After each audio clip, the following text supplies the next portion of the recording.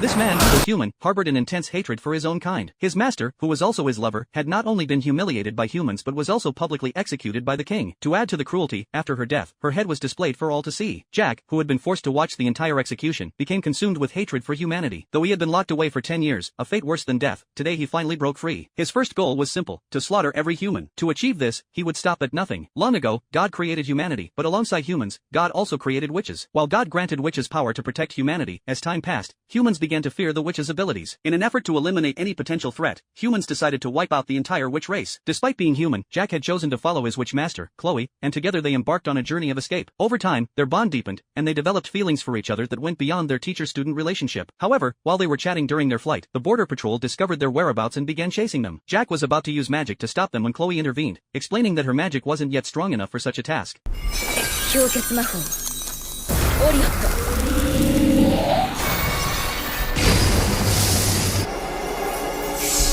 Meanwhile, the king, learning that the entire patrol had been wiped out, chose not to pursue them further. He had a more sinister plan in mind. As expected, though Chloe quickly defeated the soldiers, their position was compromised, and they were soon discovered. Jack, unaware of the danger, began to complain to Chloe about why she hadn't let him fight. But before Chloe could explain, they were suddenly transported into the sky by a strange magical array. Chloe immediately sensed something was wrong. She recognized the teleportation device, a human-made invention that used satellites to transport targets to specific locations. At that very moment, the king was giving a speech, blaming the witch race for all the kingdom's ills and inciting the people to massacre the witches who had once protected them. Under the king's manipulation, the crowd grew wildly excited, eager to follow his orders. Little did they know, this was all part of another woman's scheme. At nearly the same time, Jack and Chloe found themselves transported to the central square of the empire. Seeing the king before them, Jack instantly understood their situation. As a human, he was determined to buy time for Chloe to escape, but being just a child, he was quickly subdued by the soldiers before he could even attempt his magic. The king's actions further enraged Chloe. She immediately prepared to cast her most powerful spell to kill the king and rescue Jack, but to her shock, her magic was gone. The king had planned for this from the very beginning. They had developed a device capable of nullifying magic, rendering Chloe's power useless. No matter how much she resisted, she was no longer a threat to the king. Now powerless, Chloe became nothing more than a joke in the eyes of humanity.